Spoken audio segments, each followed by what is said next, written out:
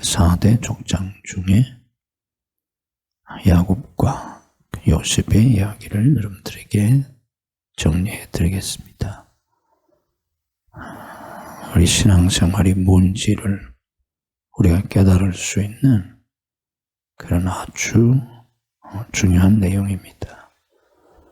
물론 성경에 굉장히 많은 장을 할애해서 굉장히 많은 내용이 있는데 그걸 여러분들에게 다 일일이 설명할 수도 없고 또 많은 내용을 여러분들에게 얘기해 주면 잘 이해하기도 어렵고 또 결국 시간이 지나면 기억하지도 못하고 그래서 그 핵심이 되는 내용만을 집어서 여러분들에게 간단하게 정리해 드리려고 합니다. 이미 지난 시간에 우리가 공부한 것처럼 이 창세기는 두 부분으로 되어 있는데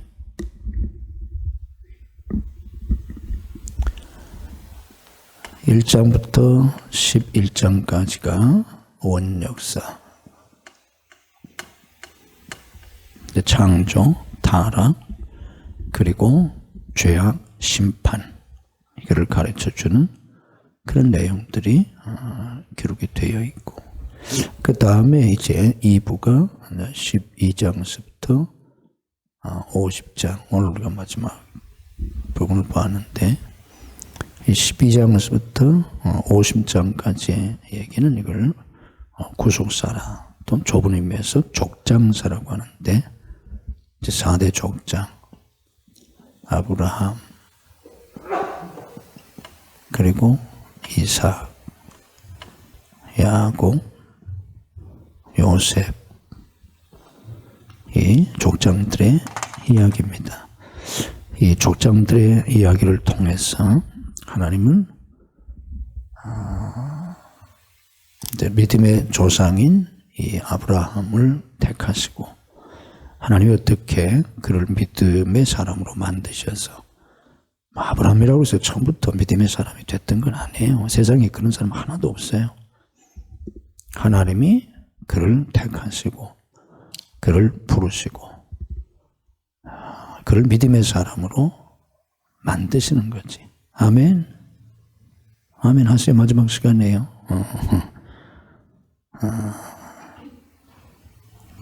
뱃속에서부터 믿음의 사람 없어요. 아멘 하라니까.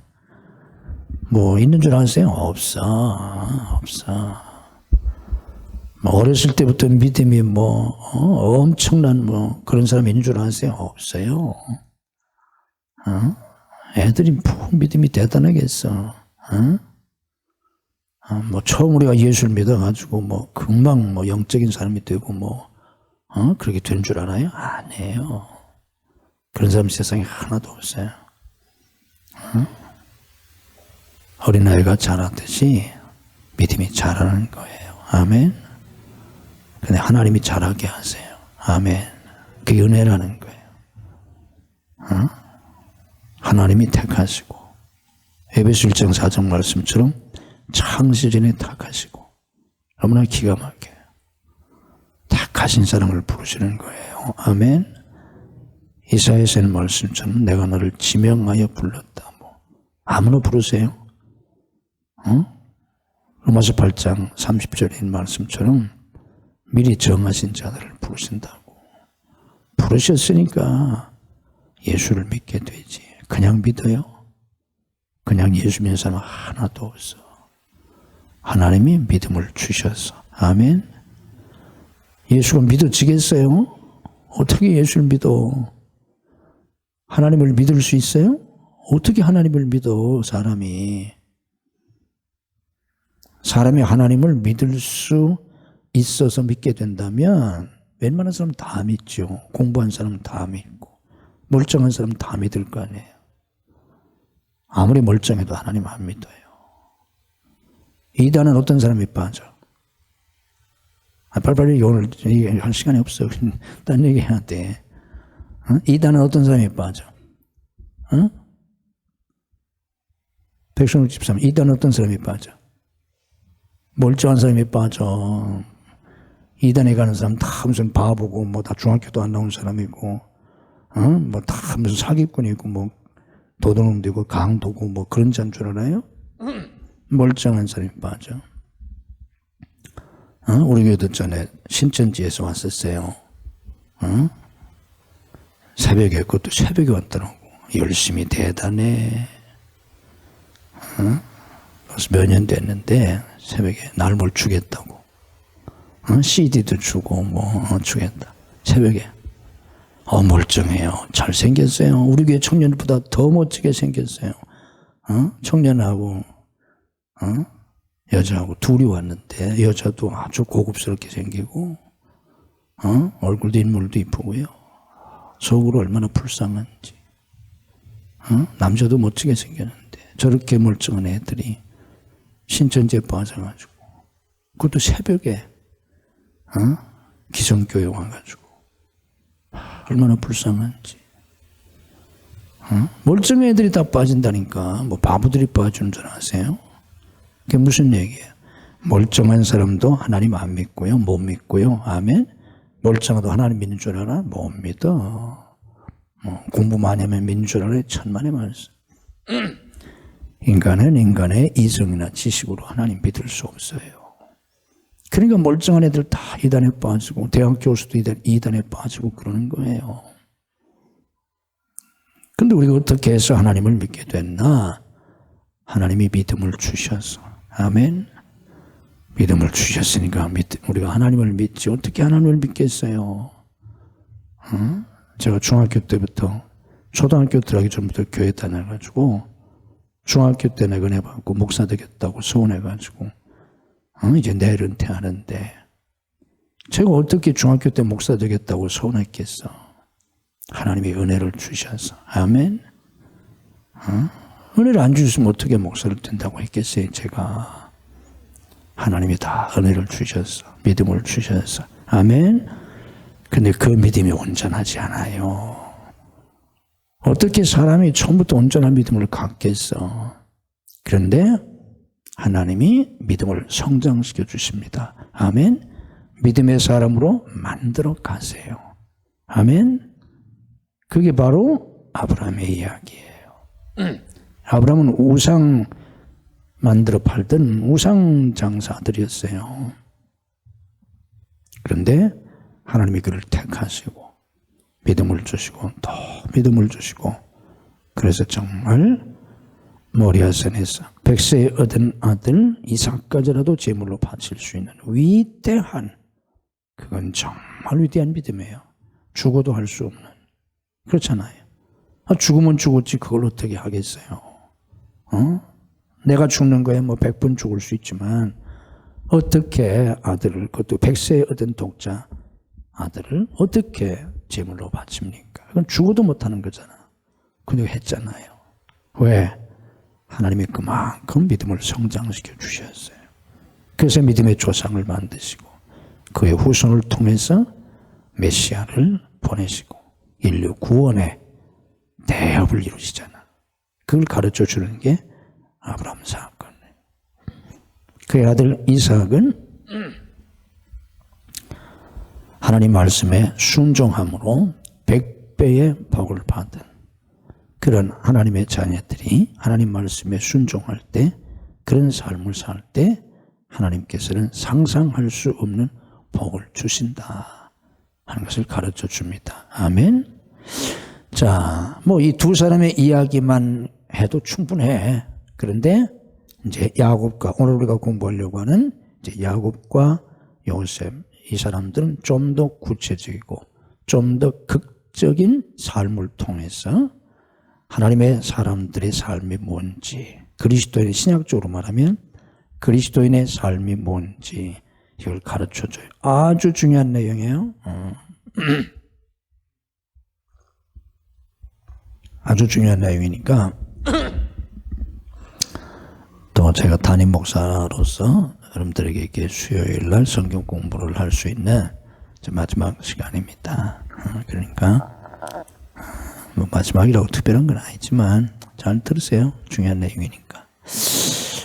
자, 이 야곱의 삶을 통해서 우리가 가르쳐주는 믿음의 진리, 신앙생활의 진리가 뭐냐.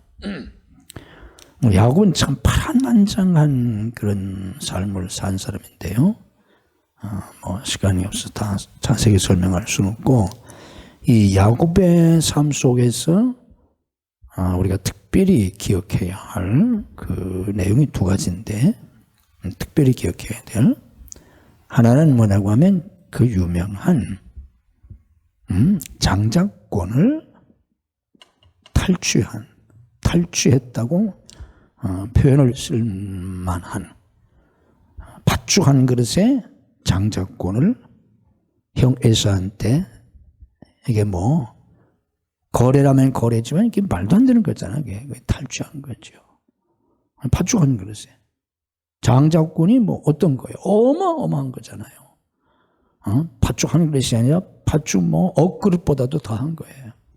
그런데 그냥 그 배고픈 형을 야곱이 팥죽 한 그릇에, 말도 안 되는, 뭐 샀다고 하지만 산 게 아니잖아. 그냥 강도처럼 빼앗은 거지. 그래서 인류 역사상 가장 손해보는, 가장 어리석은 거래를 한 사람이 바로 누구예요? 에사예요. 가장 어리석은 거래. 팥죽 한 그릇에 팥죽 억그릇보다도 더한 장자권을 넘겨줬으니까. 이런 바보가 어디 있어요? 이 사건이 야곱의 생애에서 우리에게 깨달음을 주는 아주 중요한 사건이에요. 야곱이 될 수 있었던 건 이것 때문이에요.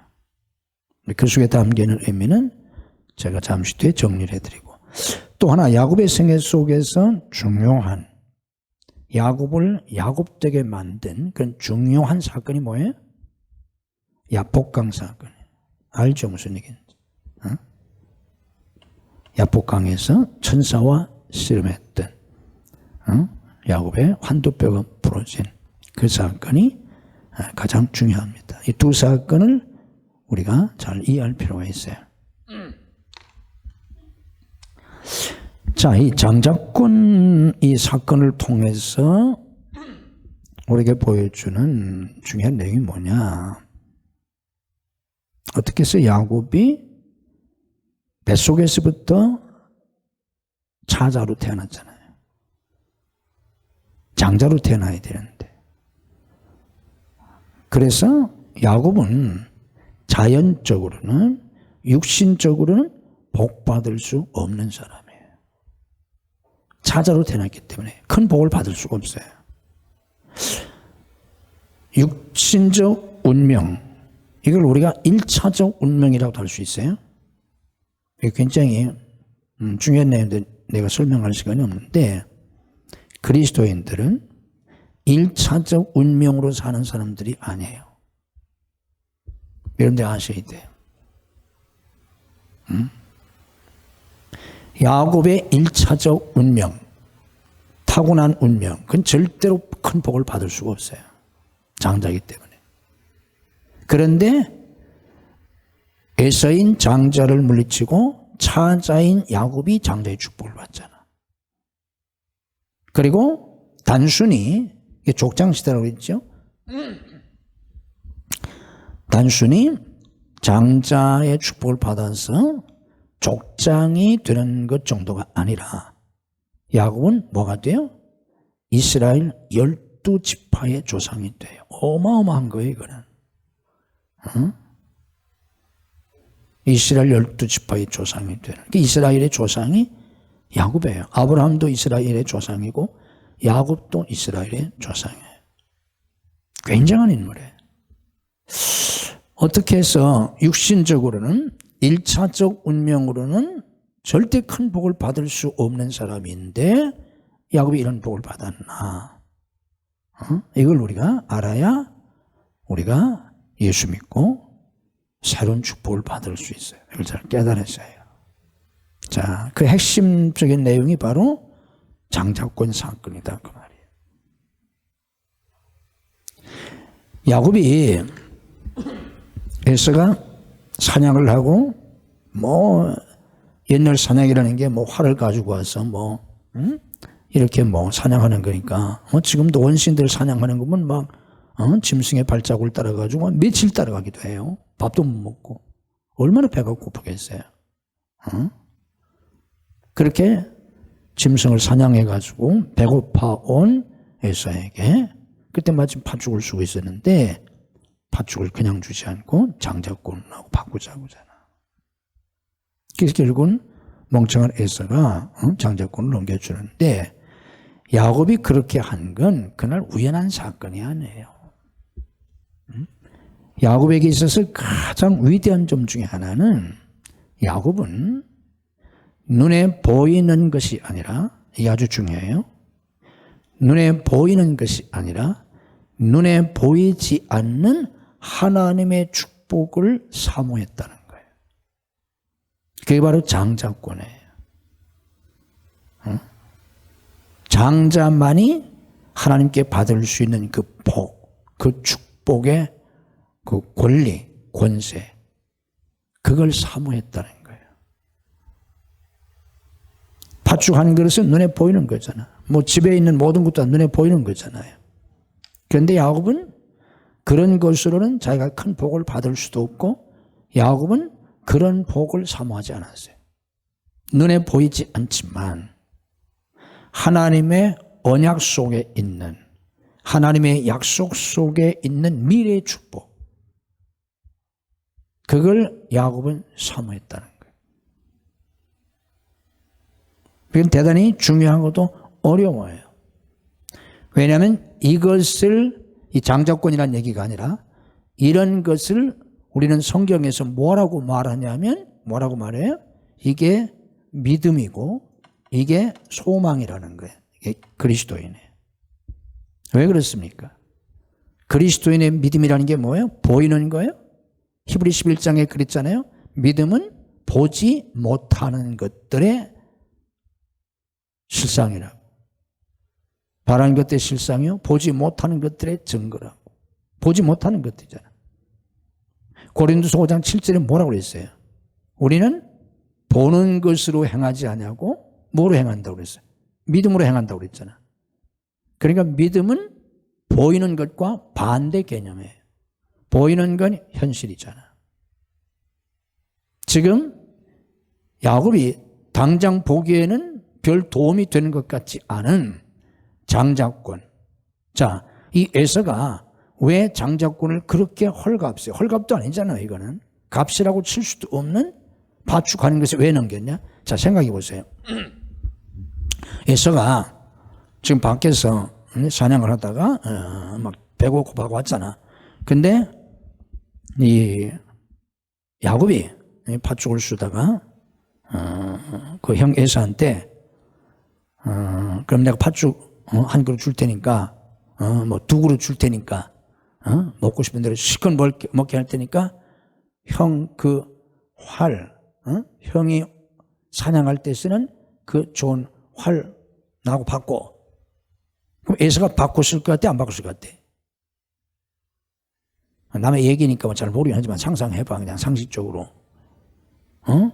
지금 배가 고픈데, 그래서 지금 팥죽을 달라고 하니까 팥죽 줄 텐데, 뭐 한 그릇이 아니라 내가 10그릇이라도 줄 텐데, 형이 사용하는 그 활, 팥죽하고 바꾸자면 형 에서가 바꿨겠어, 안 바꿨겠어? 상식적으로 바꿨을 거야, 안 바꿨을 거야? 여러분 같으면, 여러분 뭐 어떨지 모르지만 바꾸겠어, 안 바꾸겠어? 여러분이 형이라면 김재중 원사님 바꿀 것 같아, 안 바꿀 것 같아?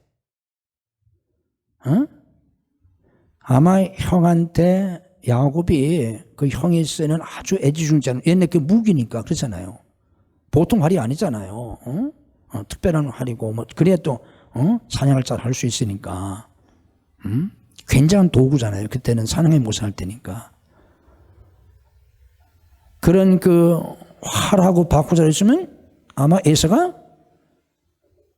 그냥 그 활로다가 그냥 동생 투드려 패고 그냥 팥죽 뺏어 먹었을 거예요. 자식이 얼마나 이게 중요한 활인데 이게 지금 이걸 가지고 내가 모트 잡고 이게 뭐 얼마나 이게 중요한 이걸 달라 파주하는 것이 있지 않시. 그럼 밀쳐버리든지 그냥 활로다 그냥 한 대 줘받고서 그냥 보고 쓸 거예요. 그런데 장자권하고 바꾸자니까 덥석 줬어요. 왜? 안 보이거든. 현실적으로 뭐가 되는 것 같지 않거든. 그렇잖아요. 당장 유익이 되는 것 같지 않거든요. 이게 에서의 어리석음. 그래서 에서는 불신앙의 사람이라는 거예요. 이 야곱이 그렇게 장자권을 사모했었고 기회가 되니까 그것을 노려서 그렇게 했다는 것은 야곱은 보이지 않는 소망. 지금 현실은 그렇지 않지만 현실이 아닌 미래에 하나님의 약속 속에 담겨 있는 그것을 믿는 오늘 우리 주님은 그 믿음, 그게 야곱에게 있었다는 거예요. 이게 아주 중요해요. 그것 때문에 야곱이 이스라엘의 조상이 됩니다. 자, 아브라함도 마찬가지. 얘기했죠? 하나님이 우상 숭배 속에 빠져있던 한 사람을 택해서 위대한 메시아의 조상을 만드시고 그의 후손을 통해서 인류 구원의 대업을 이루시는데 하나님이 그를 무슨 사람으로 만들었다고요? 아까 설명했잖아요. 정신 차리고 저한테 깨달아야 돼요. 깨닫지 못하면 아무 소용이 없어요. 무슨 사람으로 만들었다고? 똑똑한 사람? 무슨 사람? 믿음의 사람이라고 그랬잖아. 그래서 그를 가리켜 우리가 뭐라고 한다고? 믿음의 조상. 하나님은 누굴 통해서 역사하신다고요? 믿음의 사람. 그게 히브리서에 잘 정리되어 있어요. 히브리서에는 똑똑한 사람, 잘난 사람, 뭐 돈 많은 사람, 공부 많이 한 사람 이런 얘기 다 한자도 없어요. 다 믿음으로 다 믿음의 사람. 야곱도 그렇게 하나님 앞에 복받을 수 있었던 것은 믿음의 사람이었다는 거예요. 그리고 그 믿음은 뭐예요? 눈에 보이는 게 아니에요. 보이지 않는 하나님의 언약 속에 약속 속에 담겨있는 미래에 그 하나님의 축복, 더 올라가면 하늘의 축복, 좀 나중에 설명할 텐데 그걸 바라는 게 믿음이에요. 하나님께로부터 오는. 그래서 에서는 자기의 활을 의지하고 살았고, 그렇잖아. 들 사람이라고 했잖아. 활을 의지하고 살았고, 야곱은 장자도 아니고 형 에서처럼 그렇게 건강하지도 못하고, 형은 익숙한 사냥꾼이라 그랬잖아요. 그때는 수렵 생활을 할 때니까 사냥 잘하는 게 최고잖아요. 요즘으로 말하면 최첨단, 그럼 IT 엔지니어라든지 무슨 뭐 기술자라든지 이런 사람에 속하는 거란 말이에요. 그때 익숙한 사냥꾼이라고 하는 거는. 그리고 얼마나 그게 힘입니까? 근데 지금 야곱은 형이 나가서 막 그렇게 사냥을 해올 때 야곱은 집에서 뭐 하고 있었어? 남자가 팥죽이나 쓰고 앉았잖아. 이런 사람 어떻게 성공합니까? 이런 사람 복 받고 살 수가 없어요. 그런데 그런 야곱이 어떻게 형 에서를 물리치고 실질적인 장자가 되고 이스라엘의 조상이 됐나? 믿음의 사람이었다는 거예요. 자기의 어떤 것, 내가 가지고 있는 요즘 말로 하면 스펙, 내 재능이나 어떤 학식이나 경험이나 기술이나 자격이나 소유나 이런 게 아니고 눈에 보이는 현실이 아닌 하나님께로부터는 축복. 눈에 안 보이잖아요. 그거를 사모했다는 거예요. 그게 믿음이라는 거예요. 그러니까 우리가 신앙생활 하는 것은 그걸 바라고 믿고 신앙생활 하잖아. 그게 믿음의 사람이라는 거예요. 지금 내 눈에 보이는 게 어떠하든지, 그렇죠. 내 가지고 있는 게 뭐든지, 내 환경이 어떠하든지, 내 출생이 어떠하든지, 아까 말씀드린 것처럼 내 1차적 운명이 어떠하든지, 내가 어느 집 자손으로 태어나서 내가 어떤 DNA를 가지고 있고, 내 육체적 조건이 어떠하고, IQ나 학벌이나 지식이나 우리 집안이 어떻고, 환경이 어떠하든지, 이걸 넘어서서 하나님께로부터 오는 하나님의 축복, 전능자로부터 오는, 제가 종종 말씀드리지만 초월적인, 그래서 기독교 신앙의 특징을 제가 전에 여러분들에게 설명해 드린 적이 있는데, 우리 기독교 신앙의 중요한 속성이 초월성이라는 거예요. 초월성. 바로 야곱은 그 믿음을 가지고 있었다는 거예요.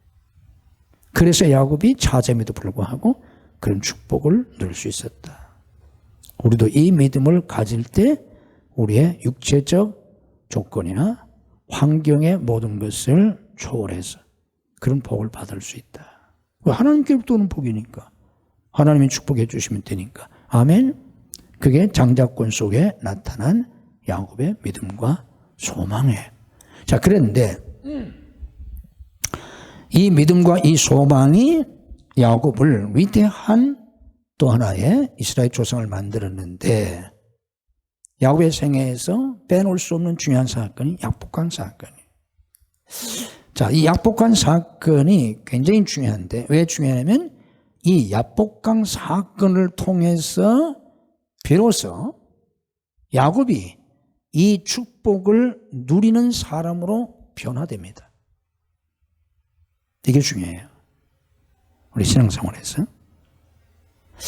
우리가 교회 나와서 예수 믿고 구원받아서 하나님의 자녀가 되어서 내 눈에 보이는 현실이 어떠하든지, 내 과거가 어떠하든지, 우리 아버지나 우리 조상들이 어떻게 살았든지, 내 주변 환경이나 주위 사람들이 어떻게 살고 있든지, 이걸 넘어서서 우리는 하나님께로부터는 축복, 하나님의 약속 속에 담겨있는 미래의 축복을, 눈에 보이지 않지만 내가 지금 손으로 만질 수 없지만 그걸 믿고 살잖아. 소망하면서 살잖아.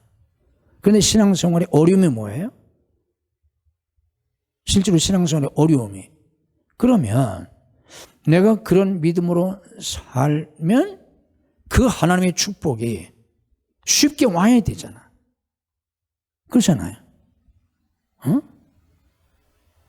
그 축복을 내가 쉽게 받아야 되잖아. 눈에 보이는 현실이 어떠하든지 간에 내가 믿음으로 사니까, 내가 하나님의 약속을 붙잡고 사니까. 그렇잖아요. 그런데 우리가 실제로 신앙생활에 보면 어려움이 뭐예요? 그 축복이 쉽게 안 온다는 거예요. 못 받는다는 거예요. 뭐 예수 3년만 믿으면 된다? 그런 거 없어요. 10년만 믿으면 된다? 그런 거 없어요. 그냥 꾹 참고 30년만 믿으면 된다? 그런 거 없어요. 쉽게 안 온다는 거예요. 그 축복이. 이게 어려움이에요. 그래서 많은 사람은 좌절하고 갈등하고 자신은 포기하고 그런 신앙생활을 한다고. 자, 여기에서 결정적인 문제가 뭐냐면 야곱의 약복강 사건이에요. 이 사건을 통해서 야곱이 실질적으로 이 축복을 누리는 사람으로 변화돼요. 그 약복강 사건이 뭡니까? 야곱이 장자의 축복을 받아가지고 결국 집에서 쫓겨나잖아요. 그래서 여러분이 잘 아는 것처럼 베델 볼판에서 돌베개를 베고 잠을 자는 처량한 신세가 됐고, 지팡이 하나만 가지고 요단을 건너서 외삼촌네 집에 가서 밧단 아람에 가서 무려 20년 동안을 머슴살이 합니다. 장자의 축복을 받고 나서. 그리고 그것도 모자라서 결국은 이 약복강에 마주하게 되는데, 이 약복강이 결국은 이제 20년 만에 두 부인 또 두 종을 이렇게 맞고 11 자식을 두고, 그래 가지고 고향으로 돌아오려고 하는데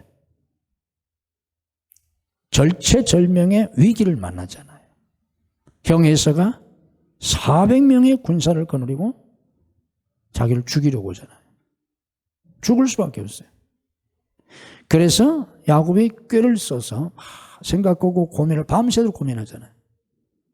그래서 뇌물 공세를 하려고 많은 뇌물을, 그것도 한꺼번에 주지 않고 때를 나누어서 이게 종들을 보내고 또 자식들을 앞에 보내면서 에서에게 이렇게 야곱님이 이렇게 드리는 예물이라고 이렇게 많은 예물을 준비했는데 그리고도 자신이 없어요.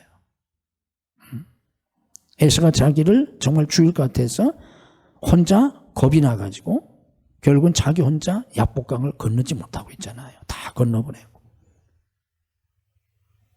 근데 그 밤에 하나님이 야곱을 만나시잖아요. 그리고 야곱과 씨름합니다. 야곱이 밤새도록 씨름하다가 뭐 천사와 씨름했는지 뭐 하나님과 씨름, 그런 우리가 천사와 씨름했다고도 기록이 되어 있고, 또 뭐 하나님과 씨름했다니까 또 신약적으로 어떤 사람은 그때 하나님의 아들이신 예수님이 사람으로 나타나셔서 뭐 야곱과 씨름했다 뭐 이렇게 얘기하고 뭐 여러 가지로 뭐 해석하는데, 저는 하나님과 씨름했다 그렇게 알면 돼. 뭐 하나님의 사자인 천사하고 씨름했든 뭐 누구하고 뭐 하나님 예수님하고 했든 뭐 하나님이 어떻게 인간으로 나타나서 하셨던 거 중요하지 않으니까 핵심은 하나님과 씨름한 거예요. 하나님하고. 야곱이 그날 밤. 그런데 밤새 했어요. 그러다가 이제 날이 새려고 하니까 야곱의 환두뼈를 이곳이잖아, 이 넓적다리 뼈를. 그러니까 그때에 야곱이 하나님께 매달리잖아. 당신 나를 축복하지 않으면 내가 절대로 놓지 않겠다. 왜? 이제 도망갈 수도 없게 생겼으니까. 형 에서가 자기를 죽였다고 사비메 군사를 거느리고 오죠. 앞에 이렇게 종들도 보내고 자식도 보내고 아주 교묘하게 아주 야곱은 아주 잔머리 쓰는데 아주 도 같은 사람이에요. 그렇게 했는데 자신이 없어요. 그래서 여차하면 도망이라도 가야 되는데 이제 다리가 위골됐으니까 도망갈 수도 없어요. 꼼짝없이 죽는 거예요. 그러니까 매달린 거예요. 당신 나를 축복하지 않으면 절대로 내가 당신을 놓지 않겠다고. 다른 말로 말하면, 우리식으로 한국식으로 말하면, 가려면 나 죽이고 가라고. 차라리 내가 에서의 손에 죽느니 당신 손에 죽겠다고. 나 죽이고 가라고. 아니면 날 축복해 달라고. 이렇게 매달린 거예요. 이때 하나님이 그를 축복해 주시잖아요. 그리고 이스라엘로 바꿔주시잖아요. 이스라엘이 뭐야? 이긴 자라는 거예요. 이긴 자. 이 부분이 아주 이해하기가 어려운 그런 부분이에요. 왜냐하면 이스라엘이라는 말은 하나님과 겨루어 이겼다는 뜻인데, 야곱이 하나님하고 겨루어서 이겼나요? 졌잖아요. 환두뼈를 치니까 야곱이 죽게 생겼으니까 매달리잖아. 그런데 하나님은 그가 이긴 자라고 이름도 바꿔주시고 축복해 주세요. 이게 굉장한 사건이에요. 야곱의 이야기 중에서 야곱이 야곱 될 수 있었던, 이건 무엇을 가르쳐 주냐면, 우리가 보이지 아니하는 하나님, 그 하나님의 축복, 그리고 현실을 넘어서는 미래에 하나님의 약속, 언약 속에 담겨 있는 그 축복을 믿음으로 바라보고 살아야 되는데, 그 축복을 누릴 수 있는 사람이 되기 위해서는 어떤 사람이 되어야 되냐면, 내가 죽어야 한다는 거예요.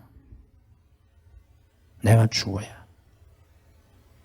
내 수단과 방법으로. 지금까지 야곱은 이런 믿음을 가지고 있었지만, 이런 소망을 가지고 있었지만, 그걸 어떻게 이루려고 했냐면 자기의 수단과 방법으로.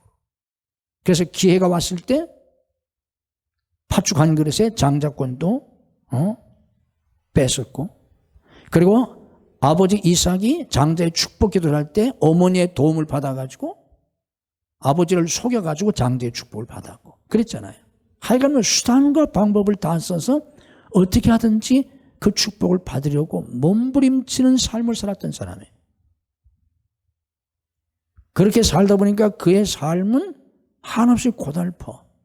그래서 집에서 쫓겨나는 신세가 됐고, 밧다람에 가서 머슴살이를 20년씩이나 했고, 그리고 계속 밧다람에 가서 속임을 당해요. 결혼할 때도 속임을 당하고, 그 라반이라고 하는 사람은, 애삼촌 라반은 이 야곱보다 훨씬 더 교묘한 사람이에요. 그래서 품삯도 막 10번씩이나 바꾸고 수없이 당해. 그래도 하나님이 보호해 주셔서 이제 야복강까지 오게 됐는데, 그런 속에서 마지막에 이제 야곱이 하나님 앞에 두 손을 드는 거예요. 살려달라고. 당신이 나를 축복하지 않으면 내가 당신을 놓지 않겠다고. 그 무슨 뜻이에요? 당신이 나를 축복하지 않으면 나 죽는다는 거예요. 내 힘과 내 수단 방법으로 나 이제 살 수 없다는 거예요. 나 이제 끝났다는 거예요. 당신이 나를 축복하지 않으면 나 죽는다고. 그러니까 그냥 가려면 차라리 죽이고 가라고. 어떡하냐고. 도망도 못 가고 아무것도 못 하고. 완전히 자기 자신을 포기하고 완전히 자기 자신을 내어놓고 이제 오직 하나님만을 의지하는 거예요. 하나님만을 붙잡는, 이게 야복강 사건. 다 내려놓고 뭐 어떡하겠어요. 이제 뭐 방법이 없잖아요. 아무런 희망이 없어요. 아무런 방법이 없어요. 하나님이 축복하자면 나 죽는 거야. 이제 뭐 꼼짝 못하고 죽어. 그러니 어떻게 하나님께만 매달려야 되잖아. 나를 부인하고 내 힘과 수단과 방법, 내 지식, 이거를 붙잡고 그것 가지고 그래도 어떻게 살아보려고 발버둥치던 이 모든 걸 다 내려놓고 다 깨어지고 정말 이제 하나님만을 붙잡는, 하나님만을 의지하는 그런 사람으로 변화된 과정이 야복강 사건. 그때 그는 이스라엘이 돼요. 이스라엘이 됐다는 말은 뭐? 이제는 하나님의 능력으로 살아가는, 하나님의 이김 속에 살아가는, 내가 이기려고 발버둥 치는 자가 아니라, 그래서 이 이스라엘이 이기는 자가 된 것은 자기가 이겼다는 뜻이 아니라 하나님의 이김으로 이기는 자. 말을 잘 이해를 좀 하세요. 하나님의 이기심으로 이기는 자. 그런 승리자가 된 거예요. 그게 믿음의 사람이라는 거예요. 우리가 신앙생활 하면서도 이런저런 일을 겪고 때로는 정말 이젠 죽었구나. 이제 하나님이 나를 살려주시지 않으면 나 죽는다고 그런 경지에까지 우리가 가는 이유는 우리를 깨뜨리기 위해서 그래요. 자아를 처리하기 위해서 하나님이. 그래서 이제는 정말 글자 그대로 아무것도 의지할 게 없고 저는 하나님밖에 없어요. 하나님이 붙잡아 주시지 않으면, 하나님이 축복하시지 않으면, 하나님 도와주시지 않으면 나 죽어요. 이젠 끝이에요. 거기까지 우리를 낮추세요. 위기를 맞게 하세요. 그때 하나님이 우리를 이스라엘로 바꿔주세요. 변화시켜주세요. 그게 거짓말이나 진짜 그게 될 때. 그때부터는 이제 하나님의 능력으로 살아가요. 하나님의 이김으로. 내가 이기려고 발버둥치는 인생이 아니라 하나님의 이김으로 이기는 자. 예수 그리스도의 승리로 승리하는 자. 하나님이 이기게 해주셔서 이기는 자. 아멘. 바뀌는 거예요. 이게 야복강 사건. 이 야복강 사건을 통해서 야곱은 환도뼈가 왜골되고 이때부터 야곱은 다리를 절었다고 성경이 설명합니다. 다리를 저는. 환도뼈가 왜골됐으니까. 이게 뭐예요? 그때부터 이 사건을 경험하고 나서 이스라엘이 됐지만 이때부터 다리를 저는 자가 됐어요. 다리를. 무슨 얘기예요? 하나님의 사람들은 영적으로 잘 들어요. 영적으로 변화된 사람들, 신앙으로 변화된 사람은 그 변화에 상흔을 가지고 있어요. 이 야복강 사건을 통해서 야곱은 변화됩니다. 변화되고 이 변화의 과정 속에서 야곱은 평생 상처의 흔적을 가지고 있어요. 그래서 다리를 절어요. 이게 상흔이에요. 모든 신앙인들은, 믿음의 사람들은, 변화된 사람들은 변화의 상흔을 가지고 있어요. 눈에 보이게 상흔을. 야곱은 눈에 보이잖아요. 계속 다리를 저었으니까. 이제 왜 다리를 저느냐고 하면 이런 걸 쭉 얘기했을 거예요. 그러니까 눈에 보이게 상흔, 상처의 흔적을 가지고 있는 사람도 있고, 어떤 사람은 다른 사람 눈에 띄지 않지만 그 속에 상흔이 있어요. 예수 믿고 변화의 과정 속에서 당한, 정말 죽음의 자리까지 내려갔던, 정말 모든 것이 다 깨어진, 무너진, 짓밟혀버린, 그 속에서 받은 그 상처, 그 아픔, 그런 상흔이 있어요. 그러니까 여러분에게도 신앙생활을 하면서 변화의 과정 속에서 여러분이 어떤 상흔, 상흔이라는 말 알죠? 상처의 흔적, 상흔을 가지고 있다면 그게 바로 변화의 표시예요. 영광의 표시예요. 그걸 통해서 그는 실제적인 믿음의 사람이 되고 변화된 사람이 되고 하나님의 역사 속에 사는 사람이 되기 때문에 그 상흔은 영광의 표시예요. 고통의 흔적이지만 그 변화의 과정 속에서 겪었던 그 말할 수 없는 그 아픔과 좌절과 고통과 그 말할 수 없는 그런 것들이 있었고 그 흔적이 지금도 남아있지만 육체 가운데 남아있을 수도 있고 마음속에 남아있을 수도 있고 뭔가 다 상흔이 있어요. 상흔이 없는 사람은 없어요. 그건 가짜예요. 아직 변화되지 않은 사람이에요.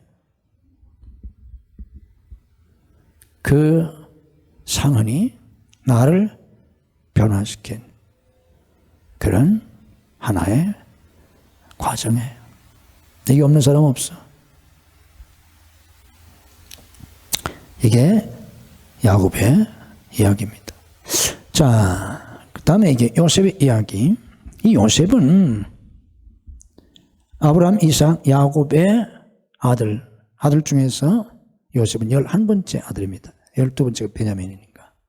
근데 11번째 아들인데 이 야곱이 네 부인, 두 아내와 두 여종에게서 이제 12아들을 낳았는데 이 요셉은 11번째 아들이지만 야곱이 정말 사랑했던, 그래서 처음에 결혼하려고 했던, 그래서 속임을 당해서 이제 언니 레아하고 결혼하게 되는데 정말 사랑했던 라헬의 첫 번째 아들이에요.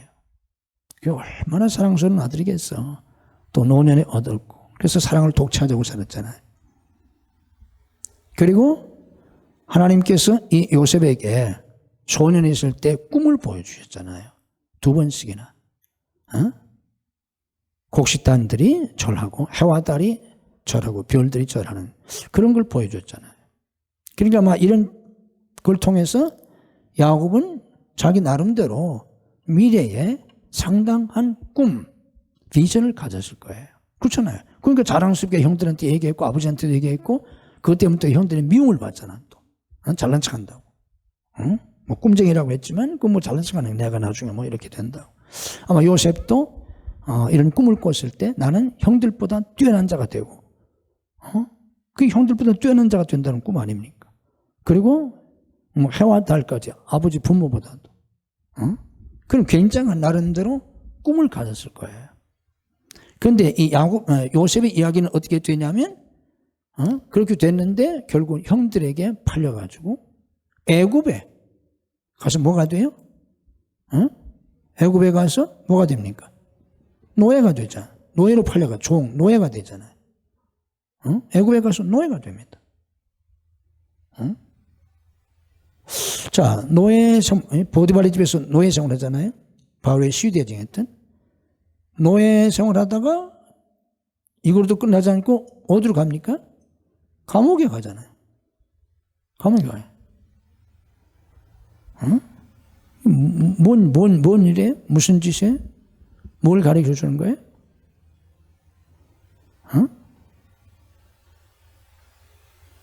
이 요셉의 이야기를 통해서 뭘 가르쳐 줍니까? 아니, 하나님 꿈이라고 하는 건 내가 만들어낸 게 아니잖아요. 그런 꿈을 꾸었기 때문에, 그런 꿈을 보여주기 때문에 자기 나름대로 나는 굉장히 성공할 사람으로 부모나 형제들보다 다 뛰어난 그런 사람이 되리라고 기대도 갖고 소망도 가졌을 텐데, 그런데 그 뒤에 되어지는 그 과정이 뭐예요, 이게? 집에서도 못 살고, 자기 고향에서도 못 살고, 애굽이라고 하는 전혀 다른 나라에 가가지고, 그렇잖아요? 노예 생활을, 종 생활을 하고 있잖아. 노예 생활을 하고 있잖아. 그래도 거기서 충성스럽게 노예를 했어요. 종살이를. 그래서 주인으로부터 인정을 받았어요. 그런데도 아무 잘못도 없이, 누명을 쓰고, 그 부인 때문에 감옥에 가잖아요. 뭐야, 이게?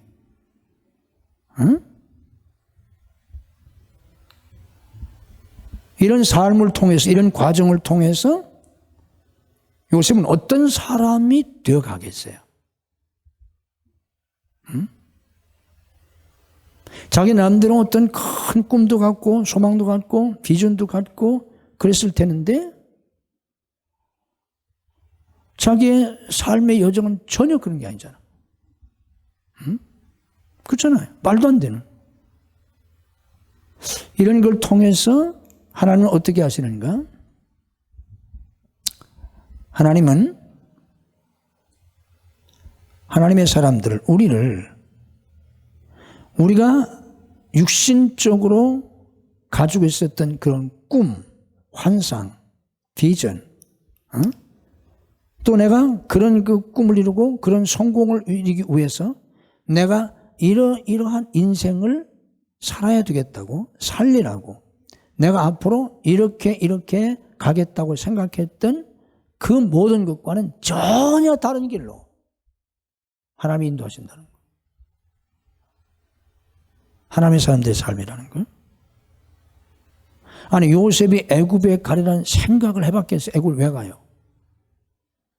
더군다나 뭐 내가 앞으로 그러면 노예가 되려? 아니, 왜 노예가 왜 돼? 족장의 아들인데.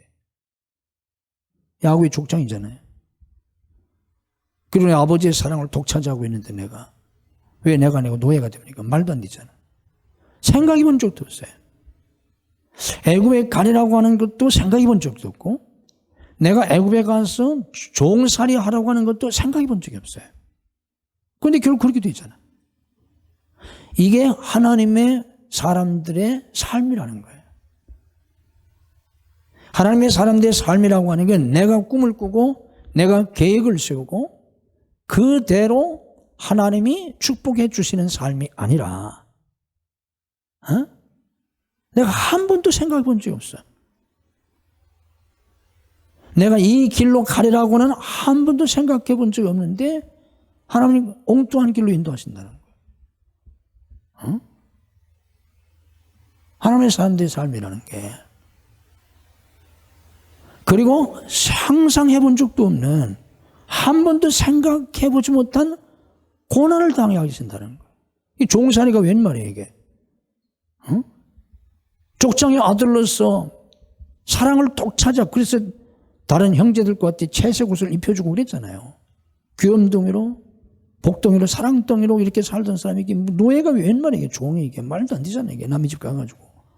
그럼 고난의 삶을 살게 하자. 그런데 이게 하나님의 사람들의 인생이라는 거예요. 전혀 생각지 않은, 내가 계획하지 않은 길로 나를 인도하신다는 거예요.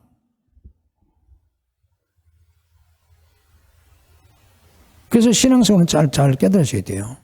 신앙생활은 내 뜻대로 되는 삶이 아니에요. 내가 계획한 대로 되는 삶이 아니에요. 그러니까 여러분들이 신앙생활 하면서 내 뜻대로 안 된다고, 내가 계획했던 것이 안 된다고 좌절하거나 낙심하지 말아라. 왜? 그게 지금 정상이니까. 그게 정상이에요. 내 뜻대로 되는 게 하나도 없다 그러면 그게 지금 정상이야, 지금. 요셉은 자기 뜻대로 되는 게 하나도 없어요. 지금. 말도 안 되죠. 상상해본 적도 없는 엉뚱한 길을 가고 있어요. 지금. 자기의 뜻과 전혀 상관이 없어요. 자기 의지와 전혀 상관이 없어요. 그런데 그걸 지금 누가 그렇게 하고 있다는 거? 하나님이 인도하고 계시다는 거예요. 아멘. 하나님이 요셉을 지금 그렇게 인도하고 계세요. 그렇잖아요? 하나님이. 이 과정 속에서 요셉은 무엇을 배웠을까? 우리는 무엇을 배웠을까? 뭘 배워야 돼요? 내가 생각한 인생, 내가 계획한 인생, 내가 가려고 하는 길을 가고 내가 하려고 하는 일을 이루는 그런 인생이 아니라 하나님의 인도하심에 따르고 어떻게 하겠어요? 내가 지금 여기 오려고 한 게 아닌데 지금 여기 와 있잖아. 지금 엉뚱한 애굽에 와 있잖아. 내가 지금 종살이? 내가 왜 종살이야? 내가 족장의 아들인데. 그러니까 거기서 반항을 하면 이놈들 내가 누군 줄 알고 너희들이 나를 이렇게 종시키려고 하냐? 반항하면 어떻게 됐어요? 맞아 죽었을 것이고. 그럼 그 노예인데 내가 널 돈 주고 사왔는데 옛날 노예들은 돈 주고 사는 물건이나 짐승하고 똑같은 취급을 받았거든요. 그러니까 이 자식이 노예의 주제 파악도 못한다고 맞아 죽었을 것이고 억울하고 답답해서 자살했으면 자살로 죽었을 것이고 아니면은 화가 나가지고 주야에 낮이나 저녁이나 온통 분노 속에 삽입했으면 화병 나서 죽었을 것이고 그렇잖아요. 결국 인생이 그런 거예요. 그리스도인의 삶은 하나님의 은혜가 아니면 맞아 죽든지 누구한테 맞아 죽든지 아니면 스스로 목숨을 끊고 자살하든지 아니면 화병으로 죽든지 어느 부류에 속한 사람이 제일 많을까요? 교인 중에 어느 부류에 속한 사람이 제일 많겠어? 맞아 죽는 사람 별로 없어. 자살하는 사람도 보통 사람 못해. 다 화병으로 죽어. 다 화병으로 다 병드는 거야. 그 스트레스가 뭐야? 화병이야. 다 분노. 내 뜻대로 되는 게 없어. 얼마나 화가 나겠어. 그 화가 다 병이 돼서 아직 죽지 않았지만 죽어가고 있어. 병도 다 7, 80%가 다 거기서 온 거예요. 우리의 병이 다. 화, 분노. 왜 분노가 생겨? 내 뜻대로 되는 게 없잖아. 남편이 내 뜻대로 해주나? 아내가 내 뜻대로 해주길 하나? 자식이 내 뜻대로 잘하길 하나? 심지어 교회 와도 내 뜻대로 되는 게 하나도 없어. 그게 정상이야. 그게 정상이라고. 그러니까 우리는 자살해서도 안 되고 화병으로 죽어서도 안 되고 정답은 뭐냐고 하면 이거를 버려야 한다는 거예요. 내 길을 가려고 하는 이 자, 내 뜻을 이루려고 하는 이 자, 이걸 버려야 한다는 거예요. 이게 신앙이라는 거예요. 그래서 주님이 가르쳐 주셨잖아. 너희는 기도할 때 이렇게 기도해라. 뜻이 하늘에서 이루는 것 같이 땅에서도 이루어지이다. 하루도 몇 번씩, 하루에 1000번이라도 뜻이 하늘에서 이루어진 것 같이 하나님의 뜻이 땅에서도 이루어지이다. 제 뜻대로 마옵시고 아버지의 원대로 하옵소서. 이런 기도를 수천 번이라도 드리면서 그걸 받아들여야 된다는 거예요. 여기서 벗어나려고 발버둥치지 않고 여기서 벗어나려고 발버둥치면 속된 말로 하면 맞아 죽어. 그 주인이 그냥 두겠어? 응? 때려 죽여버리지. 그렇다고 스스로 그냥 혀를 깨물고 죽든지 그냥 벽에다 머리통을 박고 죽든지 목매달아 죽으면 스스로 죽어? 그럼 비극으로 끝나는 거지. 아니면 주야에 계속 속에서 분노로 밤을 지새우고 속에서 부글부글 끓는 분노를 간직하고 있으면 이건 독이 돼. 과학적으로도 우리가 분노를 할 때마다, 화낼 때마다 내 속에서 독이 나옵니다. 독물질이 나와요. 실제로. 우리가 화를 낼 때마다 내 속에서 독극물이 나온다니까요. 그래서 찾아보세요. 다 나와 있어요. 벌써 밝혀졌어요. 의학적으로 벌써 밝혀졌어요. 엄마가 화를 냈을 때, 애기 엄마가, 저준 애기 엄마가 화를 냈을 때 그 엄마의 젖을 짜서 분석해 보니까 그 속에는 독이 들어있었어요.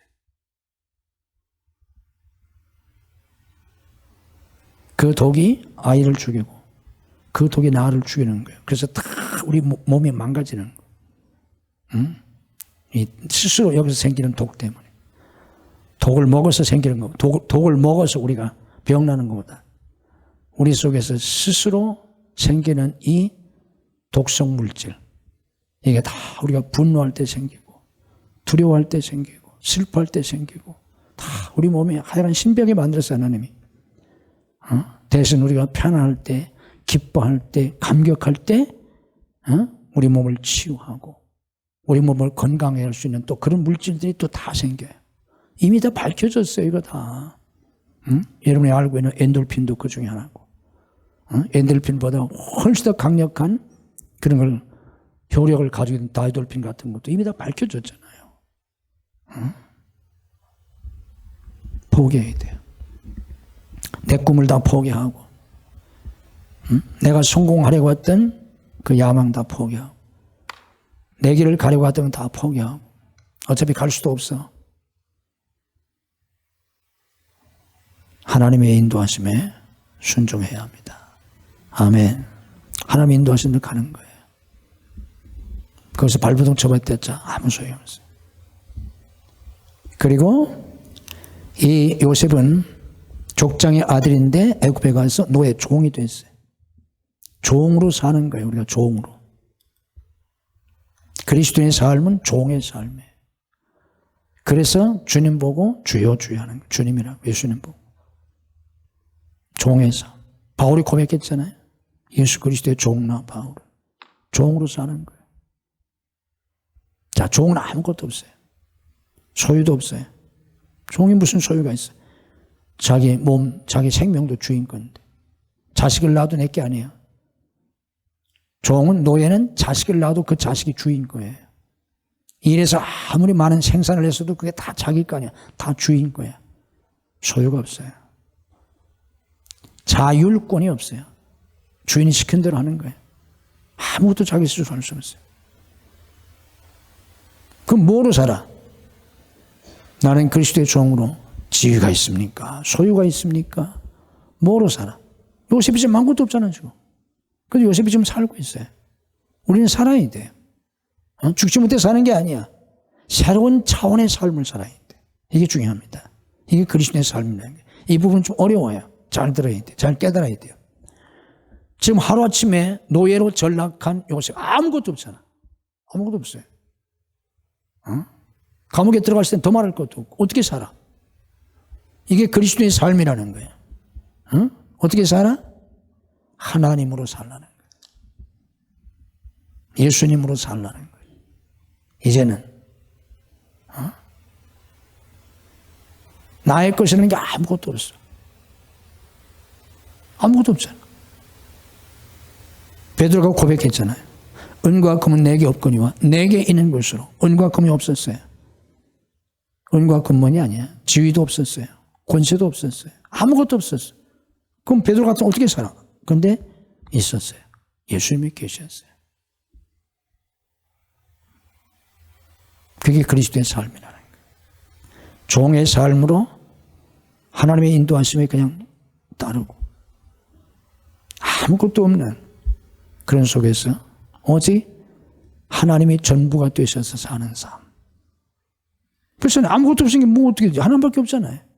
하나님이 전부잖아요, 이제 내게. 이게 그리스도인의 진짜 삶이라는 거예요. 좀 어려워. 우리가 뭐 가지고 살면 편해. 눈에 보이고 뭔가 만질 수 있고 든든하고 아무것도 없어. 아무것도 없다고 해서 우리는 죽는 게 아니에요. 망하는 것도 아니고. 하나님이 계세요. 하나님이 내 모든 것이 되세요. 그때 우리는 놀라운 삶을 살 수 있어요. 왜? 내가 가진 것 혹은 내 능력이나 내 어떤 힘이나 지위나 이런 걸 가지고 내가 살 때는 그것이 내 힘이었어요. 그것뿐이었어요. 100만 원을 가지고 있으면 100만 원이 내 힘이에요. 10억을 가지고 있으면 10억이 내 힘이야. 그런데 지금 돈 하나도 없어요. 지위도 없어요. 난 종이야. 종은 소유가 없는 사람이에요. 권리가 없어요. 소유도 권리도 아무것도 없어. 그래서 이제 나는 하나님만 붙잡고 살아요. 예수님만 모시고 살아. 예수님의 전부야. 근데 신앙의 역설적 진리가 뭐예요?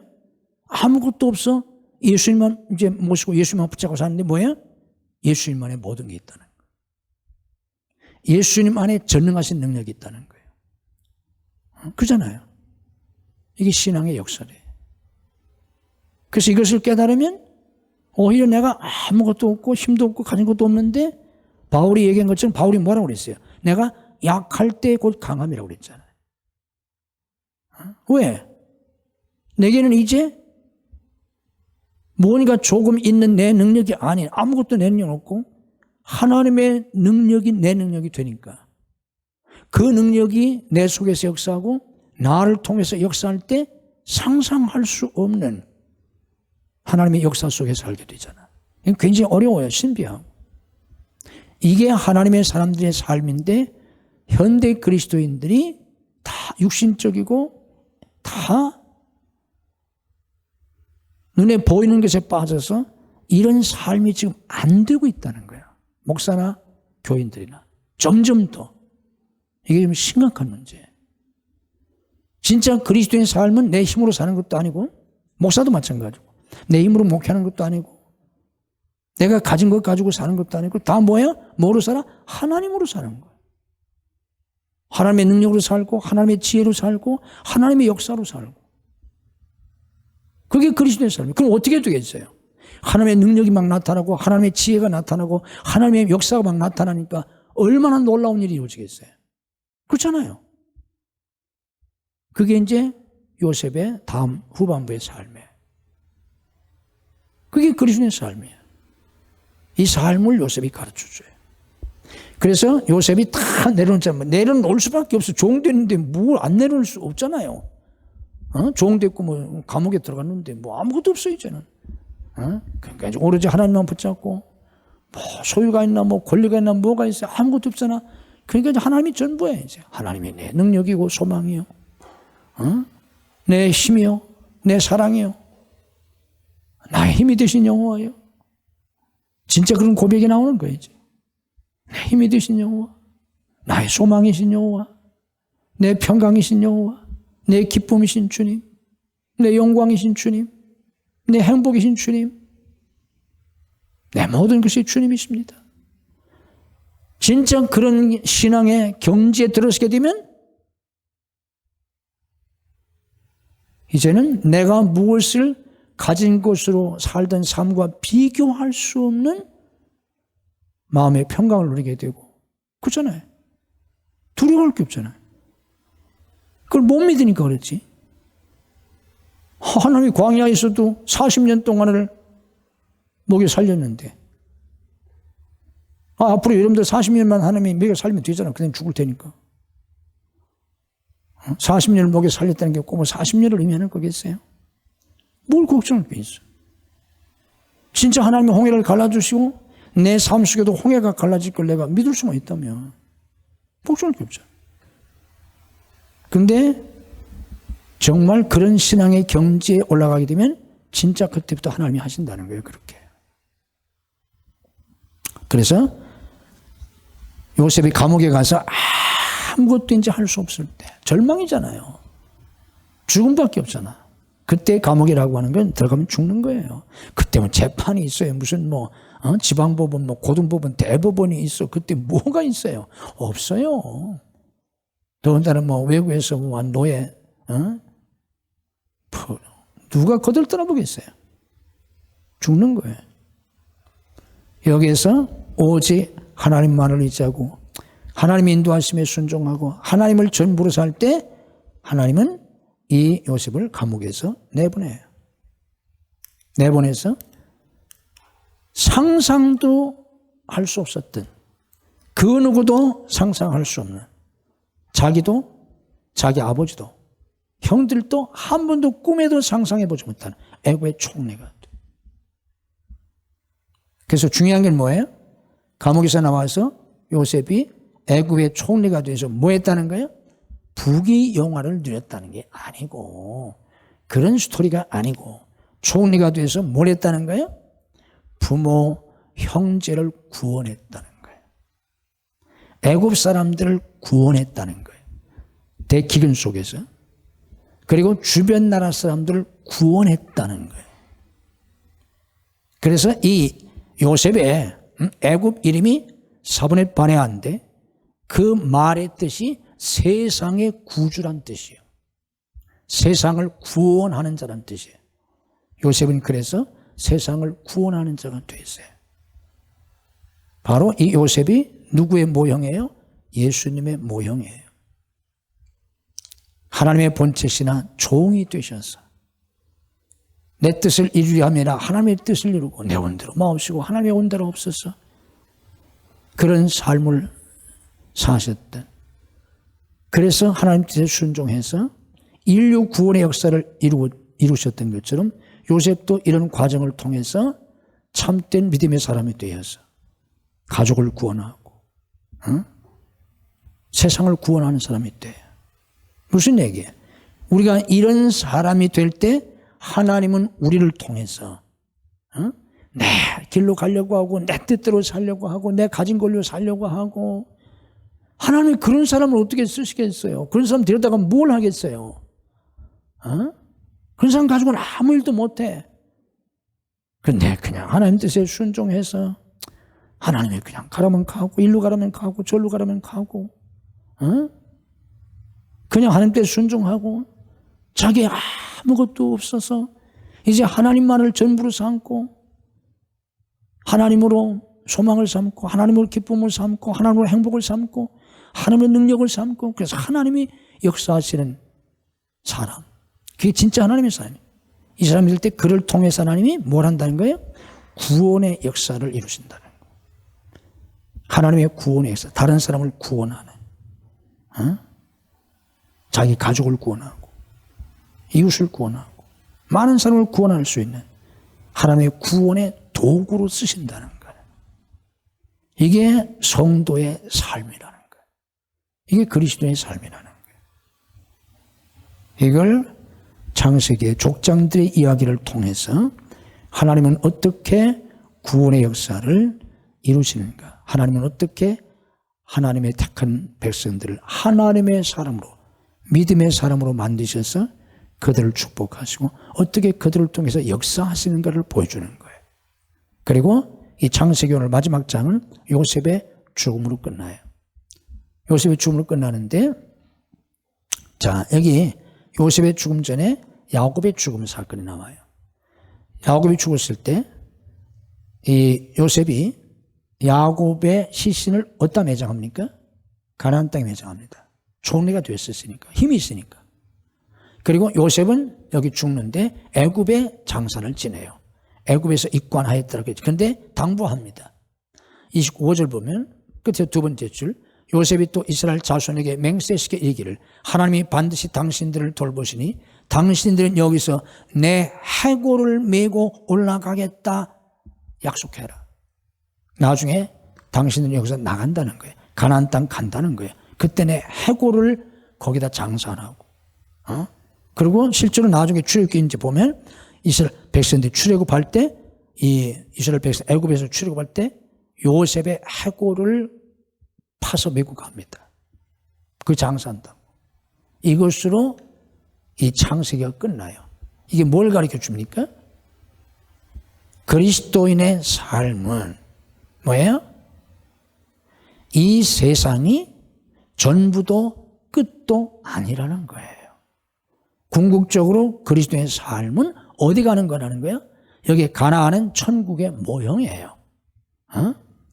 그래서 일부러 이 야곱을 가나안 땅에다 갖다 장사 지낸 거예요. 그리고 요셉은 지금 아무도 나를 자기가 총리했을 때 힘이 있으니까 아버지를 그렇게 했는데 이제 자기를 누가 해주겠어요? 그래서 나중에 너희들이 내 해골을 갖다 묻어달라고 해요. 그걸 통해서 그리스도의 삶은 궁극적으로 땅에서 모든 것이 이루어지고 땅에서 누리는 삶이 아니라 저 천국, 결국은 천국에 가서 영원한 행복을 누리며 사는 게 그리스도의 삶이고 그걸 바라보고서 살아야 한다는 거예요. 그게 그리스도의 삶이라는 거예요.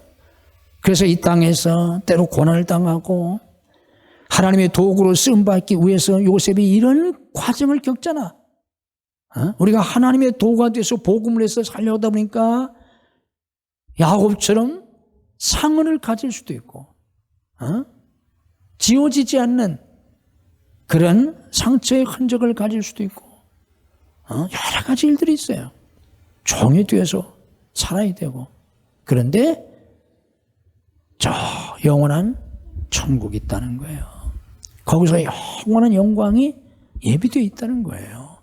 그래서 그걸 마지막에 보여주는 게 성경 마지막 책 요한계시록이잖아요. 성경 마지막에 왜 그 책을 놓았고 왜 그 계시를 기록해 주었겠어요? 그걸 바라보고서 살라는 거예요.